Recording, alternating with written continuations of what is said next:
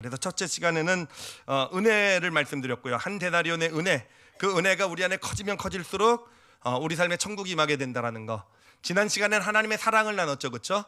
하나님의 사랑, 경계선을 헐어버리시고 취약해지셔서 십자가를 지신 그 예수 그리스도, 그 사랑이 우리 안에 크게 자리 잡으면 잡을수록 M이 커지게 되고 그것이 우리 삶의 천국을 경험시켜 주게 된다라는 거. 오늘은 세 번째 시간으로 바로 저 M을 크게 하는 세 번째 요소를 함께 나눠보도록 하겠습니다. 그것은 은혜고 사랑이었으면 이제 뭐가 필요하겠습니까? 믿음이에요, 믿음. 이 믿음이 크면 클수록, 커지면 커질수록 M값이 커지게 되고 분모가 커지게 되고 그런 가운데 우리 가운데 천국이 임하게 되는 것입니다. 이제 이 믿음에 대해서 함께 나눠보려고 하는데, 그런데 이 M을 크게 만드는 믿음인데요, 여러분 이 믿음도 상당히 불편할 거를 각오하시기 바랍니다. 아마 상당히 저도 말씀 준비하면서 굉장히 불편했고요. 지금 말씀을 전하면서도 조금 불편함이 없잖아 있어요. 우리 성도들에게 불편함을 주지 않을까? 불편해도 천국 임하는 게 더 낫죠, 그렇죠? 함께 같이 하나님 말씀하시는 정말 천국을 임하게 하는 진짜 믿음이 무엇인지를요 함께 알아가 보도록 하겠습니다. 자, 이것을 알아보기 위해서 먼저 우리가 좀 생각해 봐야 될 것이 있는데, 우리가 오늘 본문, 성경 본문 말씀에서 그 예수 그리스도의 비유를 통해서 이 바리새인과 세리, 이 바리새인과 세리를 비교되는 걸 보았죠, 그렇죠? 이 두 사람을 볼 때 이 두 사람 중에 과연 누가 더 믿음이 좋은 사람일까를 한번 생각을 해보세요. 누가 더 믿음이 좋은 사람일까? 누가 더 믿음이 좋겠습니까? 예수님께서 이미 정답을 주셨으니까 세리가 믿음이 좋은 사람이겠죠. 자, 근데 사실 솔직히 보면은요, 우리가 지금 믿음이라는 걸, 우리가 지금 생각하고 있는 믿음이라는 걸 기준으로 보면은 사실은 진짜 이 바리새인이 믿음이 좋은 사람이에요. 이 사람 보면 그 기도 내용을 분석해 보면 어떻습니까? 얼마나 하나님 말씀을 정말 철저히 순종하며 살아가는, 이 세상에서 하나님 말씀 순종하며 살아가는 게 쉽지 않잖아요, 그렇죠? 그러면서 하나님 말씀을 순종하며 살아가는 사람들이 바로 이 사람들이었고, 보니까 어떤 그런 11조도 꼬박꼬박 드리고 게다가 금식도 열심히 하는, 때때로 금식도 하는 그런 신앙생활을, 믿음의 길을 걸어오고 있어요. 그리고 이 바리새인들은요, 남을 돕고 구제, 어떤 섬김의 삶을 살고 있었던 사람들이 바로 이 사람입니다. 이게 바리새인의 어떤 모습이에요. 그런가 하면 세리는 어떻습니까? 세리는요, 오늘 말씀을 보니까 죄 가운데 살았어요, 그렇죠? 물론 뭐 죄를 지을 수밖에 없는 환경이어서 그랬을지 모르지만 어찌됐든 죄 가운데 짓고 살아서 하나님을 똑바로 쳐다보지도 못하고 있단 말이에요. 자신의 죄 때문에, 부끄러움 때문에 하나님을 똑바로 쳐다보지도 못하고 그냥 불쌍히 여겨 주소서라고 설 수밖에 없었던 사람이 세리입니다. 자, 그러면 오늘날 우리가 가지고 있는 믿음을 기준으로 볼 때 솔직히 누가 믿음이 좋은 사람이에요? 우리 교회에 두 사람이 있다고 생각을 해보세요. 여기는 말씀도 잘 지키시고 헌금도 잘 하시고 정말 열심히 봉사하시고 헌신하시고 삶을, 이런 얘기했다가 이런 분들이 상처받으면 안 되시는데 어찌됐든 이런 분이 계시고, 이분은 정말 주일 예배도 겨우 하시고 올 때마다 뭔 죄를 많이 지셨는지 하여튼 그런 죄 가운데 살아가는 것 같은 어떤 그런 삶을 사시는 것 같은 어떤 그분이 계시면요, 솔직히 누가 믿음이 더 좋다고 우리 생각합니까? 이쪽이잖아요, 그렇죠? 바리새인 쪽이 사실은 진짜 오늘날 어느 교회 누구한테 물어봐도 믿음이 더 좋다고 얘기할 텐데, 그런데 예수님의 평가는 뭐라고 나와 있냐면은 누가복음 18장 14절, 오늘 그 비유 말씀의 마지막 구절을 보면은 내가 너희에게 이르노니 이에 저 바리새인이 아니고 이 사람, 여기서 말하는 이 사람이 누구겠습니까? 세리죠, 그렇죠? 세리가 의롭다 하심을 받고 그의 집으로 내려갔다고 돼 있어요. 여러분, 성경에서 의롭다는 얘기는요, 오직 믿음으로만 의롭게 될 수 있는 거잖아요, 그렇죠?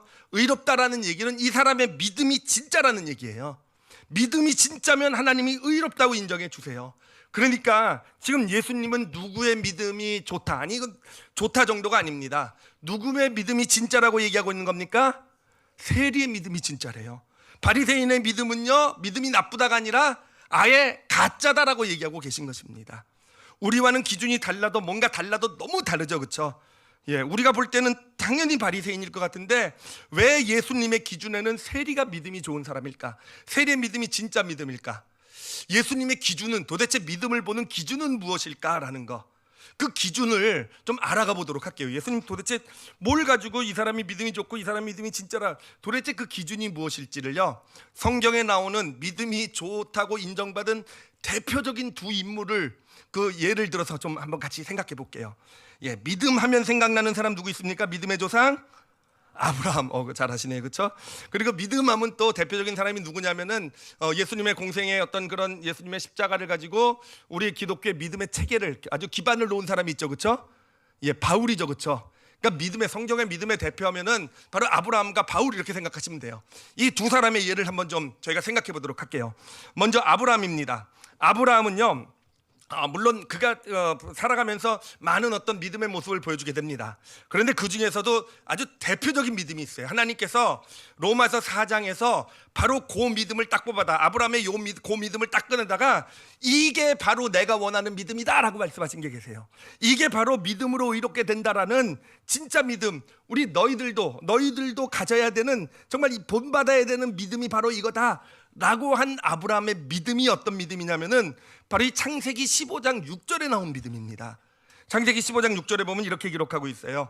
아브라함이 여호와를 믿으니 여호와께서 이를 그의 의로 여기시고, 예, 이것만 봐서 뭔지 모르겠죠, 그렇죠? 하여튼 뭔가 믿기는 믿었는데 그거를 의로 여기셨대요. 도대체 이 15장 6절에 나오는 믿음이 얼마나 대단한 믿음이기에, 아브라함의 많은 믿음의 모습들이 있었잖아요, 그렇죠? 이삭을 갖다 하나님께 내어 바치는 믿음까지 있었잖아요, 그렇죠? 그럼에도 불구하고 아브라함의 믿음 중에서 대표적인 믿음, 너희들이 꼭 닮아야 되는, 본받아야 되는 믿음이 날 때 바로 이 믿음, 이 창세기 15장의 믿음을 가지고 오셨단 말이에요. 도대체 이 믿음이 어떤 믿음일까? 이 믿음, 한번 이 믿음의 배경을 한번 좀 살펴보도록 할게요. 자, 이때가 언제냐면은 아브라함이 75세 때 이제 갈대아 우르, 저기 지금의 이락 지경에서 이제 가나안 땅, 지금의 이스라엘 쪽으로 이제 이전을 해오게 되죠. 그게 75세 때고, 지금 이때는 와서 한 10년 정도 지냈을 때라고 보시면 돼요. 자, 10년쯤 됐는데 그동안 하나님의 은혜도 많이 경험했죠. 믿음도 많이 성장했고 또 많은 부도 이루었습니다. 정말 어마어마한 어떤 그런 부도, 큰 부도 이루고 세력도 갖게, 하나님의 축복 가운데 갖게 되었어요. 근데 이때 아브라함이 어땠냐면은 하나님께서 아브라함에게 나타나셨어요. 내가 너의 상급이다, 내가 너의 방패다, 내가 너를 축복한다라고 했을 때 아브라함의 답이 뭐였냐면은, 아브라함이 뭐라고 대답했냐면은, 성경은 점잖게 썼기 때문에 이걸 조금 그냥 있는 뉘앙스를 살려서 얘기해 보면은요, 그딴 거 다 필요 없어요라고 대답을 해요. 어차피 지금 나에게는 후계자가 없고, 내 후계자는 저기 다메섹의 엘리에셀이라고, 내가 노예로 삼은 그 똑똑한 노예 아시잖아요. 그 사람이 걔가 내 후계자가 될 수밖에 없어요. 이게 아브라함의 반응이었어요. 하나님 앞에 섰을 때. 하나님 앞에 섰을 때, 그래요, 이제 다 잊어버린 거죠. 하나님께서 자손을 주시고 너에게 복의 근원이 되게 아주 큰 민족을 이루리라 나는 약속을 주셨는데, 그 현실 가운데서 이제 엘리에셀이나 저 똑똑한 노예나 쟤가 내 거 까먹지 않을 것 같으니까 쟤나 그냥 내 후계자로 세워야겠다, 이런 모습으로 하나님 앞에 서고 있었던 거예요. 자, 그때 하나님께서 이 아브라함을 데리고 바깥으로 나가십니다. 한밤이었던 것 같아요. 바깥으로 나가서 하늘을 보여주세요. 하늘을 보여주시고 별을 한번 세보라고 하십니다. 제가 생각해봤어요. 왜 그러셨을까라는 걸 생각을 해봤어요. 왜?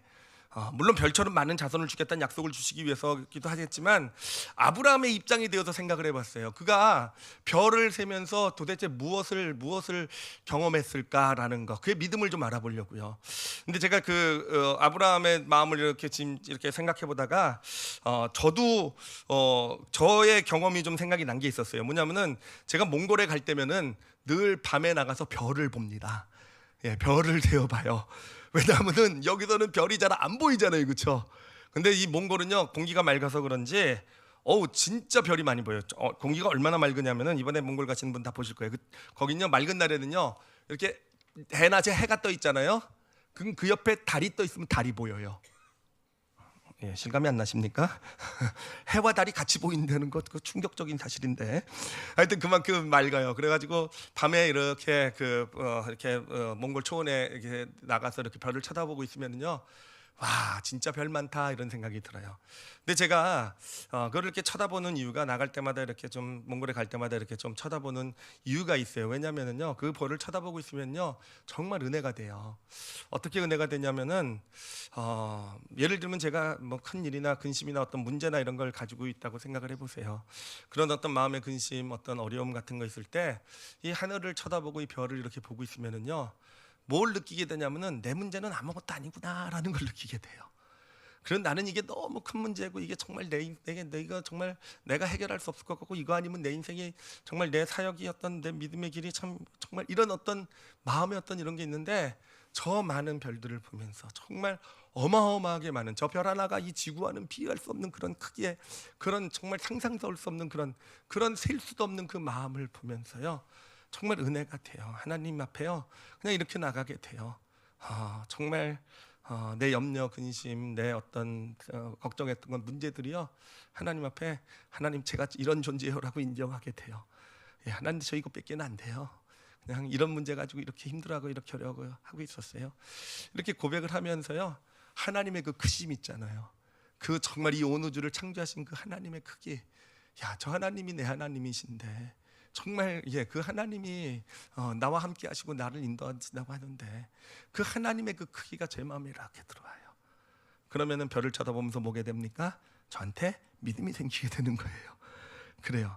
아브라함에게 하나님께서 이렇게 경험시켜 주시길 원하시는 것이 바로 이런 것이었구나라는 것을 보았어요. 그래요. 다메섹에 엘리에셀 뺏기는 내 후계자가 없습니다. 이제는 더 이상 나를 보고 내 아내를 봐도 자녀를 가진 소망이 없습니다라는 아브라함을 데리고 별을 보여주신 거예요. 한번 별을 세봐라라고. 별을 세면서 아브라함이 뭘 느꼈겠습니까? 하나님의 그 크심 아니겠습니까? 정말 하나님의 그 놀라우심 아니겠습니까?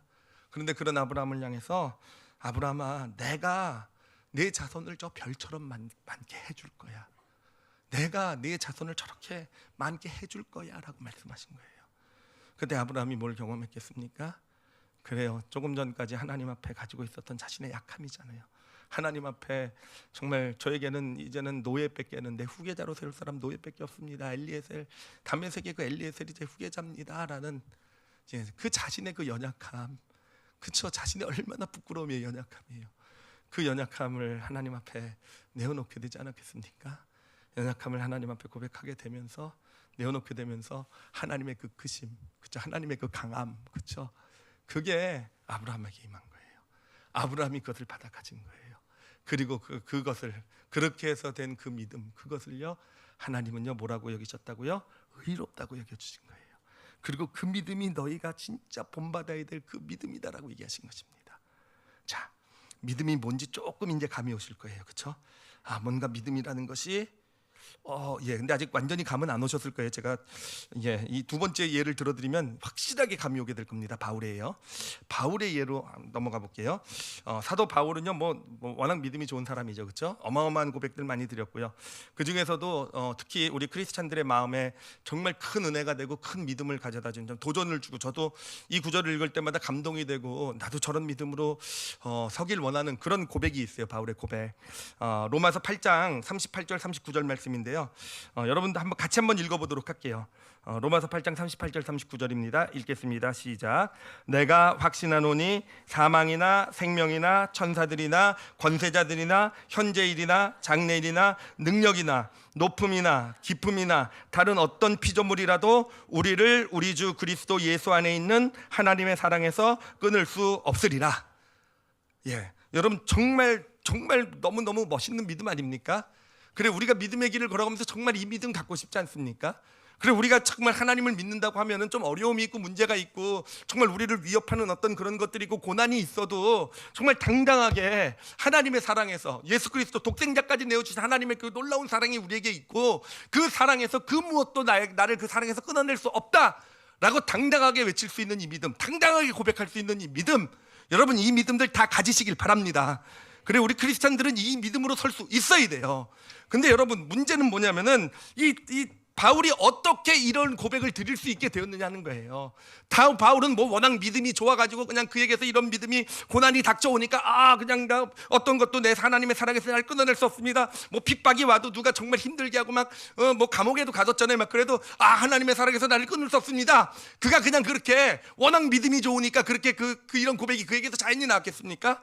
아니, 그렇지 않다라는 거예요. 로마서가 우리에게 보여주고 있는 사실은요, 이런 고백이 나오게 된 근원이 있다라는 겁니다. 바울에게서 자연스럽게 워낙 믿음이 좋은 사람이니까 이런 고백이 나온 게 아니라는 거예요. 이 고백을 나오게 한 바울의 믿음이 있어요. 그 믿음이 뭐냐면은 로마서 7장 24절에 나오는 믿음입니다. 로마서 7장 24절에 바울이 이렇게 고백을 합니다. 이 고백도 다시 우리 같이 한번 읽어보도록 할게요. 읽겠습니다. 시작. 오호라 나는 공고한 사람이로다. 이 사망의 몸에서 누가 나를 건져내랴. 예. 너무도 차이 나는 고백 아닙니까? 앞에 고백에서는 사랑에서, 하나님의 사랑에서 누가 우리를 끊으려 했더니 바울인데, 그 전에 그에게 있었던 고백은 뭡니까? 나는 곤고한 사람이로다라는 고백이에요. 이 사망의 몸에서 누가 나를 건져내겠느냐라는 그런 고백이에요. 자신의 정말 연약함을 보고, 자신의 부족함을 보고. 그래요, 사도잖아요.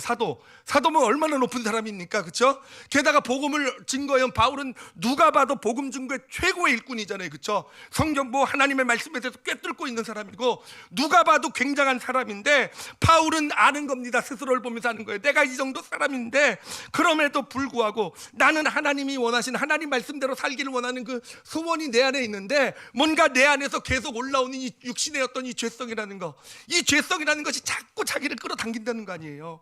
그래서 하나님이 원하시는 걸 알면서도 하나님이 원하시는 대로 삶을 살아가지 못하고 있는 자신의 모습, 하나님이 원하시는 걸 뭔지 알면서도 하나님이 원하시지 않는 걸 자꾸 마음에 담고, 자꾸 하나님이 원하시지 않는 것을 품고 그 길로 나갈 수밖에 없게 되는 자신의 그 모습을 보고 지금 고백하는 거잖아요. 오라 나는 곤고한 자로다. 정말 하나님, 나는 이런 존재밖에 되지 못해요. 나는 이렇게 약해요 라고 고백하고 있는 거잖아요. 여러분, 그리고 그 고백이 바로 하나님께서는 의로 받아주신, 그게 바울의 믿음의 고백이 되는 거예요. 그런 그 고백을 하나님께 드리자 하나님께서 그에게 임하신 것이고, 그에게 내 사랑에서 너를 아무도 끊을 수 없다라는 그 놀라운 고백의 그 축복, 그 능력의 고백을 그 마음 가운데 심어주신 것입니다. 여러분, 여기서 우리가 깨달아야 될 것은 뭐냐면은, 우리가 지금 제가 나누려고 하는 내용이 뭐냐면은, 여러분, 믿음이라는 것은요, 약함이 믿음이라는 거예요. 약함이 믿음이라는 겁니다. 하나님께서 믿음이라고 얘기하신 건요, 강함이 아니에요. 약함이에요. 아브라함에게 보고 너 믿음으로 의롭다고 했을 때 그 믿음, 하나님께서 의로 받으신 그 믿음이 무엇이냐? 약함이에요. 어떤 그런 다메섹의 에벨 누굽니까? 이름도 잊어버렸어요. 야, 정말 이러면 안 되는데, 엘리에셀. 다메섹의 엘리에셀이 내 후계자입니다 라고 얘기할 수밖에 없는, 그렇게 스스로 낙심하고 그렇게 하나님 앞에 내가 이런 존재예요, 다메섹의 엘리에셀 같은 그런 사람을 후계자로 세울 하나님의 약속을 잃어버리고 그렇게 믿음 없는 존재, 이렇게 약한 존재가 나예요. 이런 약함을 하나님께서는 믿음으로 받아주셨다는 거예요. 그리고 그것을 의로 여겨주셨다는 거예요. 하나님의 마음을, 하나님의 그 크기를 그 영혼에 심어주셨다는 거예요. 그래서 믿음으로 설 수 있도록 해주셨다는 겁니다. 바울도 마찬가지예요. 바울도 그의 믿음은 무엇인가? 그가 잘났고 사도고 복음을 끝내주게 전하고 성경을 수십 권을 쓰고가 그의 믿음이 아니라, 하나님 앞에서 오라 나는 공고한 자로다. 이 사망의 몸에서 누가 나를 건져낼까? 바울의 약함을 하나님께서는 뭐로 받으신 겁니까? 믿음으로 받으신 거예요. 그리고 그 믿음으로 받으셔서 그것을 의롭다고 하신 거예요. 그 의롭다 하셨다는 건 뭡니까? 하나님의 것을 그에게 주셨다는 거예요. 하나님이 가지고 계신 믿음, 내가 너를 절대로 놓지 않겠다라는, 내 사랑에서 너를 누구도 끊을 수 없다라는 하나님의 하나님의 믿음을 바울에게 준 것. 여러분, 진짜 믿음은 약함입니다. 약함이 진짜 믿음이에요. 하나님 앞에서 그 약함으로 서는 게 진짜 믿음입니다. 그럼 가짜 믿음은 뭐겠습니까? 가짜 믿음은 뭐겠어요? 강함이 가짜 믿음이에요. 하나님 앞에 강함으로 서는 게 여러분 가짜 믿음이에요. 이 바리새인과 세리의 그 비유에서도 이 바리새인의 믿음이 왜 가짜인 줄 아십니까? 그래요. 그는 하나님 앞에 설 때 뭘 가지고 섭니까? 내가 이만큼 하나님 말씀 잘 지켰고, 내가 이만큼 순종하며 살았고, 내가 이 11조도 하고, 내가 금식도 하고, 내가 이렇게 봉사도 하고 섬김도 하고, 그것을 가지고 섰잖아요. 강함을 가지고 하나님 앞에 섰잖아요. 그렇죠? 강함을 가지고 섰잖아요. 그래, 하나님은 그거를 믿음으로 받아주십니까? 아니, 너 가짜라고 얘기하신 거잖아요. 그래요. 진짜 저는 자기는 그걸 믿음이라고 가지고 섰지만, 그래서 자신은 믿음이 좋다고 생각을 했지만, 여러분, 그 믿음이 바리새인의 삶에 천국을 임하게 했습니까? 아니잖아요. 그런 믿음으로 섰는데, 나는 자신의 강함을 가지고 믿음으로 섰는데, 오히려 그 마음은 점점 더 지옥을 향해 가게 되잖아요. 사람에 대한 비판과 정죄의 마음이 생기게 되고, 사람들만 보면 꼴보기 싫고 견딜 수가 없게 되고요. 그렇잖아요. 그렇죠? 저들 때문에 우리가 이렇게 되고 핑계, 변명만 생기게 되고요. 그러더니 결국 예수 그리스도를 십자가에 못 박아버리는 길을 걸어가게 되는 거잖아요. 그래요. 강함은, 하나님 앞에 우리의 강함은요, 하나님은 가짜라고 하시는 거예요. 세리의 믿음이 진짜인 이유는 뭐겠습니까? 그래 하나님 쳐다보지도 못하면서 자신의 그 약함, 나는 죄인입니다, 나를 불쌍히 여기소서, 하나님이 보실 때는요 그게 진짜 믿음인 거예요. 너 그게 진짜 믿음이구나, 네가 그 믿음으로 섰구나, 하나님이 의롭게 해주신 거예요. 그래서 기도를 끝나고 나갈 때는요 이 세리는 의롭다함을 받고 나간 겁니다. 그게 단지 무슨 의롭다 거룩해졌다가 아니라 이제 천국이 그 안에 임한 거예요. 그래서 하나님이 그 삶을 변화시키는 능력이 그에게서 나타나기 시작하게 되는 것입니다. 그래서 진짜 믿음은요 하나님 앞에서의 약함이 진짜 믿음이라는 거, 이 시간 영혼 가운데 꼭 새기시길 바랍니다. 우리가 기독교의 역사를 보면은요, 물론 교회나 이런 어떤 크리스찬들이 큰 일도 많이 했지만 사실은 역사상 이 기독교가 타락한 적도 많잖아요. 여러분 기독교가 언제 타락한 줄 아십니까? 언제 타락하게 된 줄 아십니까? 교회들이요 언제 타락하게 되냐면요, 대표적인 예가 이제 십자군 전쟁을 한번 예를 들어볼게요. 예루살렘을 이제 무슬림 교도가 차지하고 있으니까 로마 그 캐톨릭에서 그 교회에서 이제 성전이라고 그랬죠. 몰아내자고. 그러면서 이제 믿음을 내세웁니다. 사람들에게 그 성전에 참석해서 그 전쟁에서 죽은 사람은 너는 완전한 구원이 보장된다. 완전한 구원이 보장된다 이렇게 얘기를 해요. 그러다가 조금 지나고 나니까 전쟁이 오래되니까 이제 사람이 잘 안 오잖아요. 그러니까 어떻게까지 바뀌냐면은 전쟁에 참석만 해도 너희는 완전한 구원이다, 구원을 받는다 이렇게 얘기를 합니다. 그렇게 해서 이제 성전을 이제 그 십자군 전쟁을 벌이게 되고, 여러분 그게 얼마나 많은 사람을 죽입니까? 얼마나 많은 사람을 죽이고, 이 무슬림 교도뿐만 아니라 얼마나 많은 이 유럽의 어떤 일반 사람들의 삶을 얼마나 그 나라들을 피폐하게 만드는 역할을 합니까? 여러분 왜 이런 문제가 생겼을까요? 왜 이렇게 교회가 이 정도까지 타락해 간 이유가 뭐겠습니까? 이들이 내세운 건 믿음이었잖아요. 믿음, 성전이었잖아요. 그렇잖아요. 그리고 믿음으로 하나님을 위해서 싸우라는 거였잖아요. 그런데 왜 이 교회는 이렇게 타락하게 졌는가 하는 거예요. 왜 그렇겠습니까? 이들은요 믿음을 이용해서 교권을 강화시키려고 했잖아요. 그렇잖아요. 믿음을 사용해서 교권이, 캐톨릭 교회가 얼마나 강력하고 힘 있는지, 우리가 이만큼 강해, 우리 교회가 이만큼 힘이 있어, 강해, 이렇게 이걸 나타내려고 믿음을 사용했잖아요. 여러분 교회가요 믿음을 사용해서 강해지려고 하면요 교회는 타락합니다. 교회는 타락해요. 그 캐톨릭 교회가 아주 정말 가장 타락한 게 뭐죠? 면죄부 판 거잖아요. 면죄부. 그래요. 면죄부, 너희가 이 돈을 내서 면죄부를 사면은 구원이 보장된다. 그렇죠? 면죄부니까 천국 간다. 그래 사람들도 많이도 몰려왔어요. 정말 그런 거에 속는 거 보면 진짜 신기해요. 그렇죠? 여러분 안 속으실 줄 믿습니다. 큰 소리 하시면 안 되세요. 근데 하여튼 그래요. 근데 사실은 보세요. 그게 왜 문제가 되겠습니까? 그래 단순히 무슨 성경을 이상하게 해석을 해가지고 무슨 어떻게 구원을 팔아먹냐 이렇게 볼 수도 있지만, 여러분 더 근원적인 건 뭐냐면은 결국은 어떤 교회가요 어떤 믿음을 이용해서 돈벌이를 하려고 한 거예요. 교회가 더 강력해지려고. 그 당시에 어마어마한 성전을 짓고 있었는데, 어마어마한 그 캐톨릭 교회를 짓고 있었는데 돈이 부족하니까 그래 돈 마련하려고 한 거란 말이에요. 교회가요 타락해 갈 때는 늘 예외 없는 법칙입니다. 믿음을 사용해서 강함을 추구하게 될 때요 교회는 타락해져 가게 돼 있어요. 교회는 그때 타락합니다. 오늘날의 교회도 저는 마찬가지라고 생각을 해요. 물론 교회가 큰 교회가 될 수도 있고, 물론 교회가 좋은 건물을 가질 수도 있고, 그래요. 교회가 부흥해서 그렇게 될 수 있을지도 몰라요. 그렇지만 만약이라도 그런 것들이 교회가 강해지기는 어떤 길이라고 한다면은요 교회는요 더 이상 교회로서의 역할을 감당하지 못한다고 저는 확신해요. 그게 강함을 위한 길이라고 한다면, 내가 인정받기 위한 길이고, 내가 이만큼 큰 교회를 했으니까 내가 이만큼 사역에서 성공한 거고, 어떤 믿음을 통해서 교회의 영향력을 이 세상에 더 강화시키고, 교회가 더 강함을 갖게 하는 것, 여러분 좋아 보일지 모르지만 교회가 이렇게 커서 사회에 이런 영향력? 아니요. 기독교 역사가 보여주는 거예요. 교회는요 믿음을 통해서 교회가 강해지려고 했을 때마다 타락했어요. 교회가 교회되어지는 길은요 더 연약해지는 길이 더 교회가 교회되어지는 길이에요. 많은 것을 주셨을 때 더 하나님 앞에 무릎 꿇고 더 연약해질 수 있고, 그러므로 더 약한 자를 향해 갈 수 있고, 더 약한 곳을 향해 그렇게 나아가게 될 때, 그때 교회가 진짜 영향력을 미치는 교회가 되는 것입니다. 그래요. 교회뿐만 아니라 우리 크리스찬들도 마찬가지입니다. 우리 크리스찬들도요 우리의 믿음이 강함이 되면은요 우리는 끝장나요.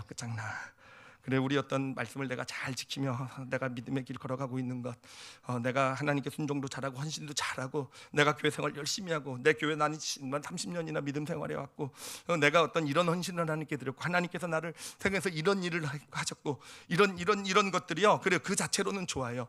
당연히 좋죠. 그런 믿음의 길 걸어오셔야 되죠.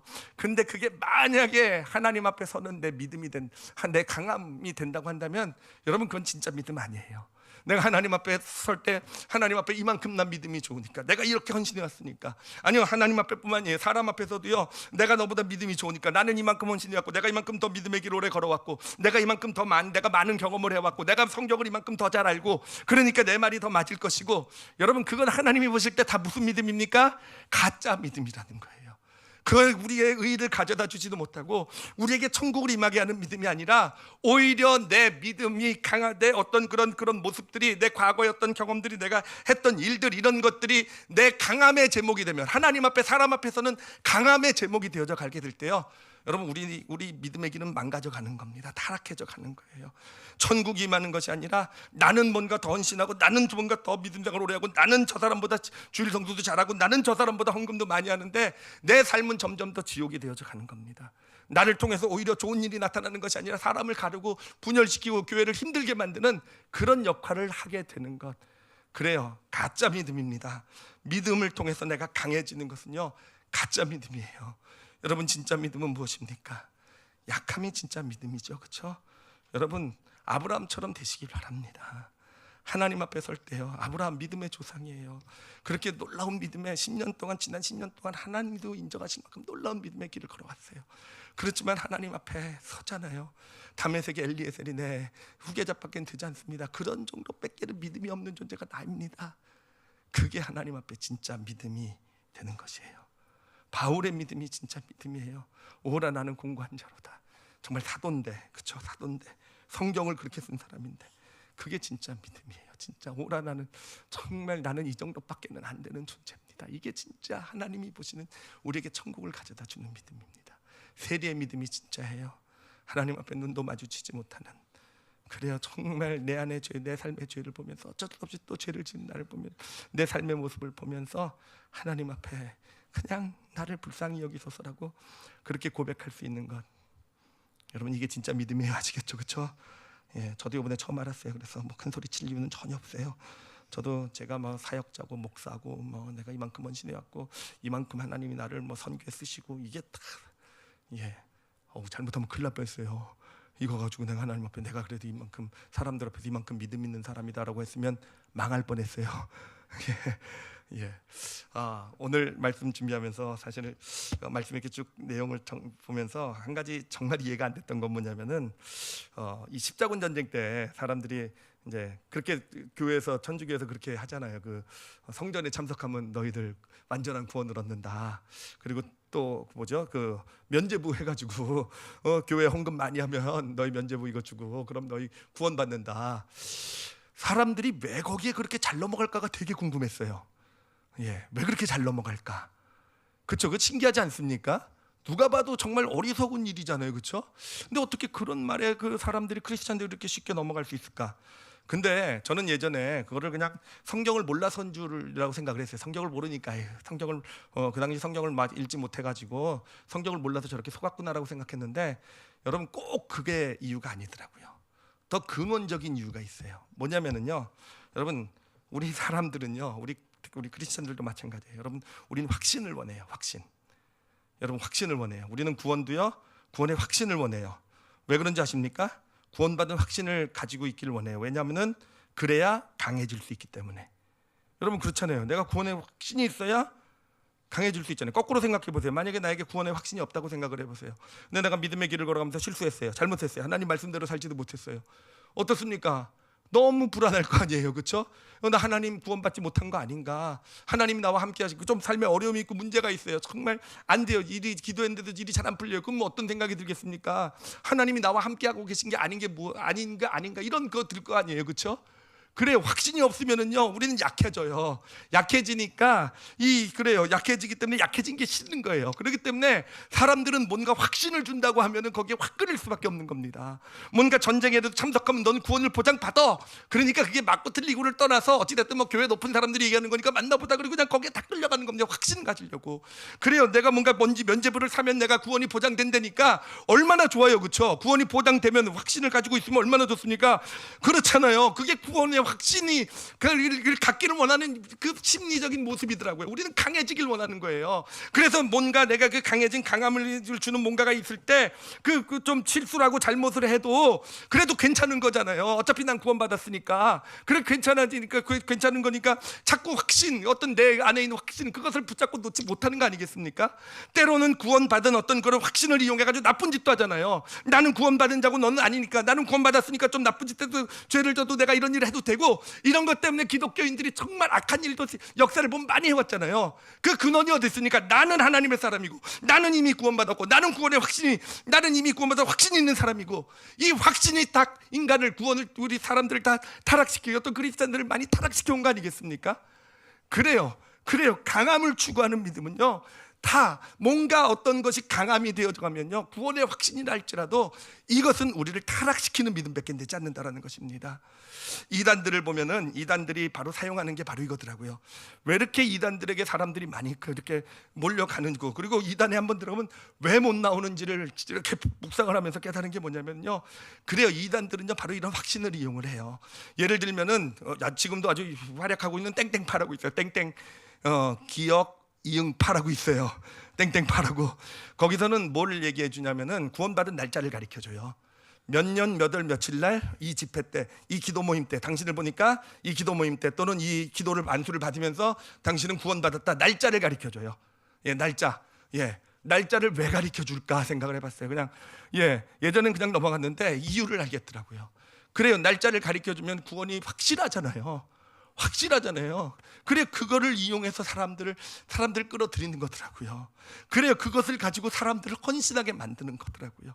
확실한 어떤 이런 것을 주면서 확실하게 만드는 거더라고요. 그 안에 들어간 사람들이 왜 못 나오겠습니까? 그러니까 그 이단은요, 사람들에게 스스로에게 강함을 자꾸 줘요. 너는 구원받은 게 확실해. 너는 특별한 깨달음을 가지고 있으니까 특별한 하나님의 사람이야. 너는 사람들이 모르는 이런 비밀을 알고 있으니까 너는 특별해. 뭔가 자꾸 강함을 줘가지고 사람을 끌어당기는 게 그게 이단들이더라고요. 거기서 왜 못 빠져나옵니까? 왜 못 빠져나오냐면요, 거기가 잘못되고 비리도 있고 문제가 있는 것도 알면서도요, 다른 사람이 아무리 뭐라 그래도 귀를 막아버리는 이유는요, 거기서 나오면은 자기에게 강함을 줬던 거를 버려야 되잖아요. 이제까지 자기가 강함을 갖기 위해서 확신을 줬던 그런 것들을 다 내어 버려야 되니까요, 틀린 걸 알면서도 그거를 놓지 못해서 비리를 보면서도 정말 말도 안 되는 걸 보면서 눈 감아 버리는 것, 내가 약해지기 싫어서, 그게 바로 이단들이 하는 일들. 그렇게 우리 사람의 어떤 이 강해지려는 어떤 스스로 강해지려는 것을 사용해서 우리를 붙들고 잘못된 길로 이끌고 가는 것, 이게 잘못된 이단들이 하는 일이 되는 것입니다. 그래서 여러분, 구원의 확신이라는 거요, 정말 조심스럽게 받아 가지셔야 돼요. 여러분, 구원의 확신이요, 만약에 구원받은 확신이라고 했을 때 구원의 확신이 있습니까? 뭐 이런 거 잘 물어보잖아요. 어디 뭐 집회 같은 데 가면요, 그러면 아멘하고 대답을 많이 하시잖아요. 근데 정말 걱정되는 건 뭐냐면은, 만약에 그 구원의 확신을 아멘으로 대답하는 이유가 난 구원받은 게 확실합니다라는 이유가 과거에 있다고 한다면 정말 그거는 좀 생각해 보셔야 돼요.